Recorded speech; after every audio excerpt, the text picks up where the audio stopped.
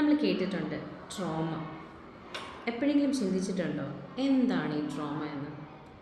നമുക്ക് ചില കാര്യങ്ങൾ നേരിടാനുള്ളൊരു കഴിവുണ്ട്.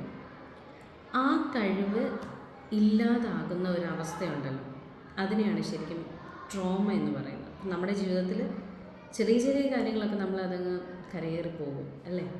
എന്നാൽ ചില സമയത്ത് നമുക്കതിനെ അങ്ങോട്ട് എന്താ പറയുന്നത്, നേരിടാനുള്ള ആ ഒരു എബിലിറ്റി ഇല്ലാത്തൊരവസ്ഥ. ഇപ്പോൾ എൻ്റെ കയ്യിൽ ഒരു പീസ് ഓഫ് പേപ്പറുണ്ട്. ഇതിൽ ഞാൻ കുറേ കാര്യങ്ങളൊക്കെ എഴുതി വെച്ചിട്ടുണ്ട്. ഇതെല്ലാം എൻ്റെ തോട്ട്സൊക്കെ, ഇതൊക്കെ എൻ്റെ ലൈഫാണെന്ന് വിചാരിക്കും. ഇത്രയും നാൾ ഞാൻ വന്ന് പോയ ഒരു അവസ്ഥ, ഇതെല്ലാം എനിക്ക് നേരിടാൻ പറ്റുന്ന ഒരവസ്ഥയാണ്. ഞാനിതിനെ വലിച്ചു കീറി. ഈ കീറുക എന്ന് പറയുന്ന പ്രോസസ്സ് നമുക്കൊരു ട്രോമയാണ്. നമ്മൾ ഏതെങ്കിലും ഒരു അവസ്ഥ, അത് ചിലപ്പം നമുക്കൊരാൾ നഷ്ടപ്പെട്ടതായിരിക്കാം, ഒരു അഫെയർ നഷ്ടപ്പെടുന്നതായിരിക്കാം, അല്ലെങ്കിൽ എന്തെങ്കിലുമൊക്കെ അസുഖം വരുന്നതായിരിക്കാം, എന്തെങ്കിലും തരത്തിലുള്ള വിഷമങ്ങൾ നമുക്കത് സഹിക്കാൻ കഴിയുന്നില്ല. അപ്പം ഞാൻ ഈ പേപ്പർ വലിച്ചു കീറി. ഇതൊരു ട്രോമയാണ്. ഇനി എനിക്കിതിനെ തിരിച്ചു കൊണ്ടുവരാൻ പറ്റുമോ? നമ്മൾ വിചാരിക്കും ട്രോമയെ നമുക്ക് തിരിച്ചു കൊണ്ടുവരാൻ പറ്റില്ല എന്ന്. നമുക്ക് ഈ പേപ്പറിനെ നമുക്ക് കൂട്ടി ചേർത്ത് വെച്ചാലും ആ പഴയ ഒരു ലൈഫ് പോലെ ചിലപ്പോൾ നമുക്ക് വന്നു എന്ന് വരില്ല. എങ്കിൽ കൂടിയും നമ്മുടെ മനസ്സിനെ നമുക്ക് കൺട്രോൾ ചെയ്യാൻ സാധിച്ചാൽ നമുക്ക് ഈ ട്രോമകളെ മാറ്റാൻ സാധിക്കും.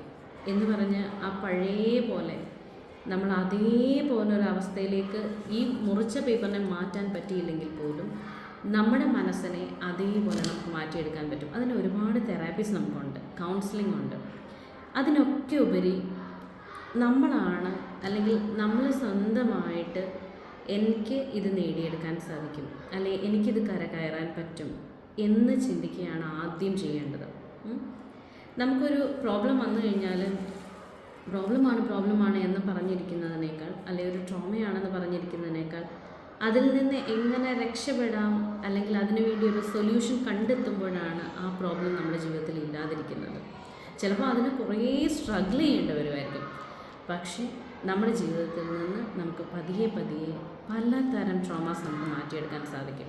ചിലപ്പോൾ വേറെ ഒരാളോട് നമ്മുടെ വിഷമങ്ങൾ അതേ രീതിയിൽ പറയുമ്പോഴായിരിക്കും. പിന്നെ നിങ്ങൾ എപ്പോഴും വിചാരിക്കണം, നമ്മളൊരു വിഷമം അതേ രീതിയിൽ വേറൊരാളോട് പറയുമ്പോൾ അവർക്കതൊരു കഥയായിട്ടാണ് ഫീൽ ചെയ്യുന്നത്. കാരണം അവരത് അനുഭവിക്കാത്തിടത്തോളം അവർക്കതൊരു കഥയാണ്. എങ്കിലും നമ്മുടെ മനസ്സിന് കുറേ ആശ്വാസം കിട്ടും. നമ്മൾ വീണ്ടും ഒരു കാര്യം ശ്രദ്ധിക്കേണ്ടത്, നമ്മുടെ വിഷമങ്ങൾ നമ്മൾ ആപ്റ്റായിട്ടുള്ള ഒരാളാണ്, അല്ലെങ്കിൽ നമ്മുടെ വിഷമങ്ങൾ നമ്മൾ പറഞ്ഞു കഴിഞ്ഞാൽ അവരുടെ മനസ്സിൽ അത് ഇരിക്കുമോ എന്ന് കൂടി ചിന്തിക്കണം. പക്ഷേ ഈ ട്രോമ എന്ന് പറഞ്ഞ ഫേസിനെ നമുക്ക് ഒരുപാട് മാറ്റിയെടുക്കാനായിട്ട് സാധിക്കും. നമുക്ക് ആ ഒരു പഴയ ലൈഫിലേക്ക്, അല്ലെങ്കിൽ കുറച്ചും കൂടെ ആക്റ്റീവായിട്ട് നമുക്ക് പോകാനായിട്ട് സാധിക്കും. അതിനാണ് ഒരുപാട് കൗൺസിലിംഗ് ഒക്കെ ഹെൽപ്പ് ചെയ്യുന്നത്, അതുപോലെ തെറാപ്പീസ് ഹെൽപ്പ് ചെയ്യുന്നത്. മാത്രമല്ല, നമുക്കിനി ഒരു വല്ലാത്തൊരവസ്ഥയിലേക്ക് നമുക്ക് പോകുന്നുണ്ടെന്ന് തോന്നു കഴിഞ്ഞാൽ നമുക്ക് മെഡിസിൻ എടുത്താലും കുഴപ്പമൊന്നുമില്ല. നമുക്ക് എന്തെങ്കിലും ഇപ്പോൾ നമ്മൾ പനി വന്നു കഴിഞ്ഞാൽ നമ്മൾ മെഡിസിൻ എടുക്കാറില്ലേ?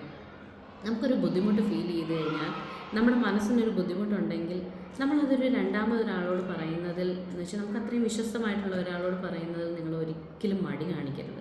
നമ്മളിങ്ങനെ പറയാതെ വെക്കുമ്പോൾ ബ്രെയിൻ ബേസ്റ്റിംഗ് എന്ന് പറയും. അതായത് നമ്മളിങ്ങനെ കുത്തി നിറച്ച് വെച്ചിരിക്കുകയാണ്, നമുക്ക് ആരോടും പറയാൻ പറ്റാത്തൊരവസ്ഥ.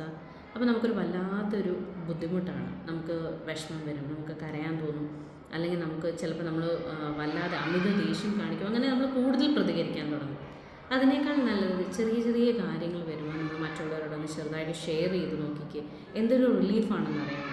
അപ്പോൾ ഒരു ട്രോമ നമ്മുടെ ജീവിതത്തിൽ വന്നു കഴിഞ്ഞാൽ നമുക്ക് അതിനേക്കാൾ ഇരട്ടിയായിട്ട്, എനർജറ്റിക്കായിട്ട്, ആക്റ്റീവായിട്ട് നമുക്ക് മാറാൻ സാധിക്കും. അതിന് നമ്മുടെ ഒരു ചെറിയ സ്റ്റെപ്സ് മാത്രം മതി.